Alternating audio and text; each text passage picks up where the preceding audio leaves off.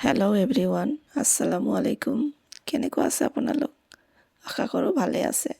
আল্লাহৰ ৰহিম ৰহমতত আমিও ভালে আছোঁ। আজি কিন্তু সোমবাৰ। আজি আমাৰ এনুৱেল স্পৰ্টছ ষ্টাৰ্ট হ'ব আৰু সেইকাৰণে একেবাৰে ৰাতিপুৱাই উঠি মই ৰুটিবিলাক কিন্তু ৰাতিতে বনাই থৈছিলোঁ। তো ৰুটি ভাজি লৈ তাৰপিছত চাহ একাপ লৈ ব্ৰেকফাষ্ট কৰি একেবাৰে ৰেডি হৈ আহিলোঁ স্কুলত। চাৰিওফালে ল'ৰা ছোৱালীবিলাক আনন্দত মতলীয়া হৈ আছে।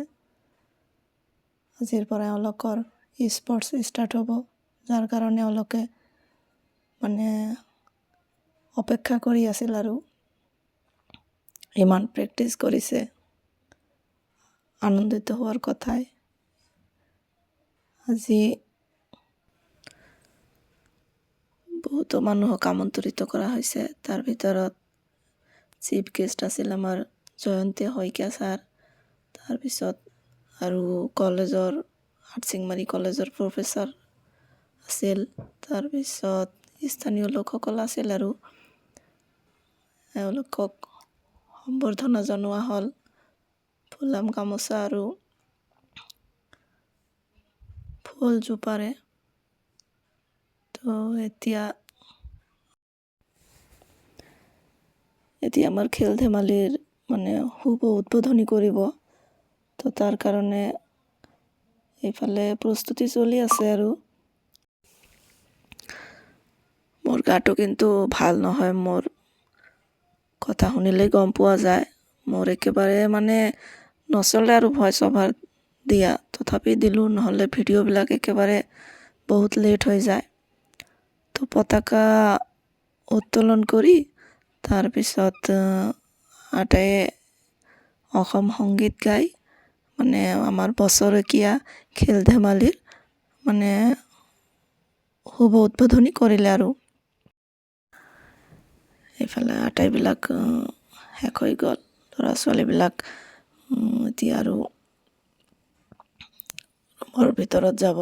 তাৰপিছত আমাৰ গেষ্টবিলাকক লঘু আহাৰৰ ব্যৱস্থা কৰা হৈছিল। এওঁলোকে লঘু আহাৰ কৰিলে।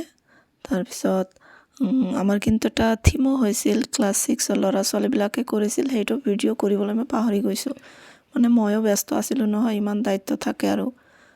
তো তাৰপিছত খেল ষ্টাৰ্ট হ'ল আৰু তো এইটো প্ৰথমৰ খেল আছিল। নাৰ্চাৰীৰ ল'ৰা ছোৱালীবিলাকৰ বেলুন ব্লাষ্ট কয় যে, ল'ৰা ছোৱালীবিলাকে সেইফালৰ পৰা আহি এইফালে বেলুন ফুলোৱা থাকে, এইবিলাক ফুটাব লাগে। তো এওঁলোকে গমে নাপায় কি কৰিব লাগে, তথাপি ফাৰ্ষ্ট ছেকেণ্ড থাৰ্ড হৈছে আৰু।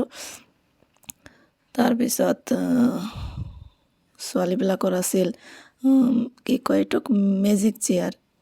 তো মেজিক চেয়াৰ সেইটো আমালোকে বেলেগকৈ খেলিছিলোঁ। এওঁলোকক বল পাছিং যাক কয় আৰু বল পাছ কৰে। তো এজনে মিউজিক বজাই থাকে, মিউজিক যাৰ ওচৰত গৈ মিউজিকটো বন্ধ কৰে, এওঁ আউট হৈ যায়। এনেকুৱা কৰি হৈছে আৰু খেল। তো একেবাৰে কিন্তু আবেলি হৈ আহিছে, আপোনালোকে চালে গম পাব গছৰ ছাঁবিলাক একেবাৰে ডাঙৰ হৈ আহিছে। তাৰপিছত আমাৰ স্কুলৰ পৰা কিন্তু মেনেজমেণ্ট কমিটিয়ে আমাৰ দুপৰীয়াৰ আহাৰৰ ব্যৱস্থা কৰিছিল। এটা হোটেল ঠিক কৰি দিছিল, তাত গৈ আমালোকে খাইছিলোঁ আৰু। তো খোৱা বোৱা শেষ কৰি আমি কিন্তু ঘৰত যোৱা নাই, একেবাৰে গৈছিলোঁ শিঙিমাৰীত। অলপ বজাৰ বাকী আছিল আৰু। তো আজিলৈকে ইমানেই।